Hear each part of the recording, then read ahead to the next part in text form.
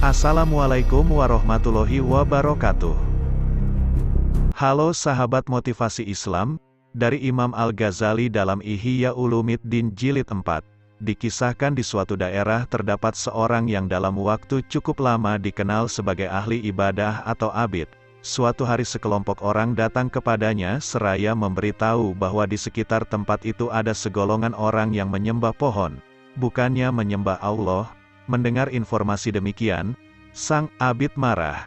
Kemudian dia mengambil kapaknya dan pergi menuju pohon dimaksud untuk menebangnya. Tetapi iblis yang menampakkan dirinya sebagai seorang syekh menghadang langkah si ahli ibadah. "Kemana kamu akan pergi?" tanya iblis. "Aku akan menebang pohon yang disembah itu," kata si ahli ibadah. "Apa kepentinganmu dengan pohon itu? Kamu telah meninggalkan ibadah dan kesibukanmu dengan dirimu sendiri. Lalu kamu meluangkan waktu untuk selain itu," selidik iblis. "Ini adalah bagian dari ibadahku juga," jawab si abid. "Kalau begitu aku tidak akan membiarkanmu untuk menebangnya." Lalu iblis menyerang sang ahli ibadah. Tanpa kesulitan sang abid berhasil mengalahkan iblis, membantingnya ke tanah dan akhirnya dapat menduduki dadanya. "Lepaskanlah aku, agar aku dapat berbicara kepadamu," pinta iblis. Sang abid pun berdiri. Lalu iblis berkata, "Wahai si abid, sesungguhnya Allah telah melepaskan urusan ini darimu dan tidak mewajibkannya atasmu. Kamu tidak akan menanggung dosa orang lain. Allah pun mempunyai para nabi di segala penjuru bumi. Seandainya Allah menghendaki, niscaya Dia akan mengutus mereka kepada para penyembah pohon ini dan memerintahkan mereka untuk menebangnya. Aku tetap harus menebangnya," tutur ahli ibadah bersikukuh. Iblis pun kembali menyerang si abid. Namun kembali dengan mudah si abid dapat mengatasi perlawanan iblis. Dibantingnya ke tanah lalu diduduki dadanya. Akhirnya iblis tidak berdaya dan berkata kepada sang abid, "Apakah kamu mau menerima penyelesaian antara aku dan kamu yang lebih baik dan lebih bermanfaat bagimu?" "Apa itu?" tanya sang ahli ibadah. "Lepaskanlah aku supaya aku dapat mengatakannya." Sang abid pun melepaskannya.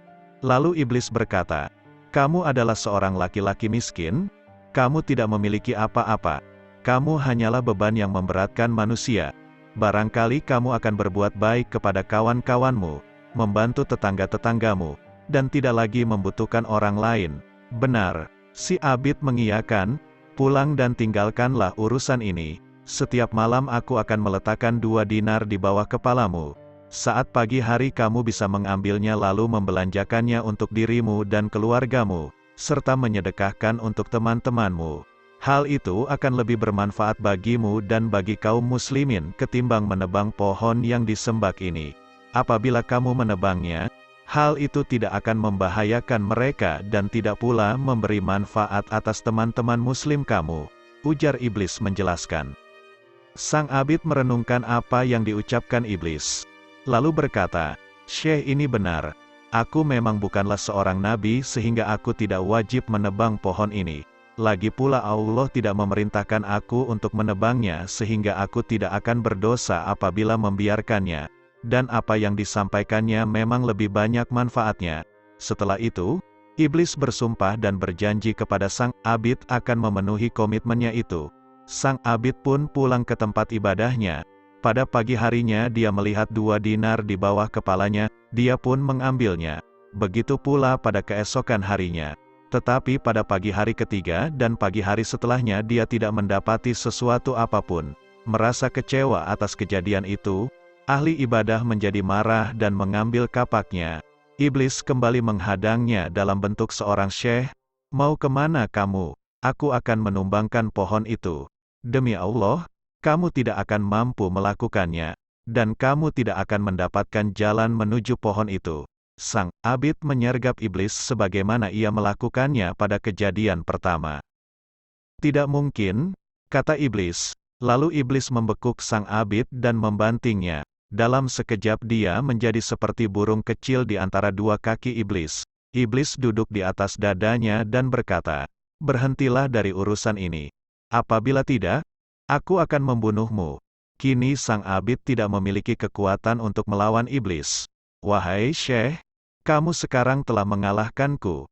Lepaskanlah aku dan beritahukanlah kepadaku mengapa dulu aku bisa mengalahkanmu. Tapi sekarang kamu yang mengalahkanku, tanya ahli ibadah. Karena pada kali pertama kamu marah, kamu melakukan itu karena demi Allah, dan niatmu adalah akhirat sehingga Allah menundukkanku untukmu. Tetapi kali ini kamu marah demi dirimu sendiri dan demi dinar-dinar yang aku hentikan untukmu. Pungkas iblis. Sahabat motivasi Islam, itulah kisah sang ahli ibadah yang kalah tanding dengan iblis. Semoga kisah ini bermanfaat bagi kita semua. Amin. Wassalamualaikum warahmatullahi wabarakatuh.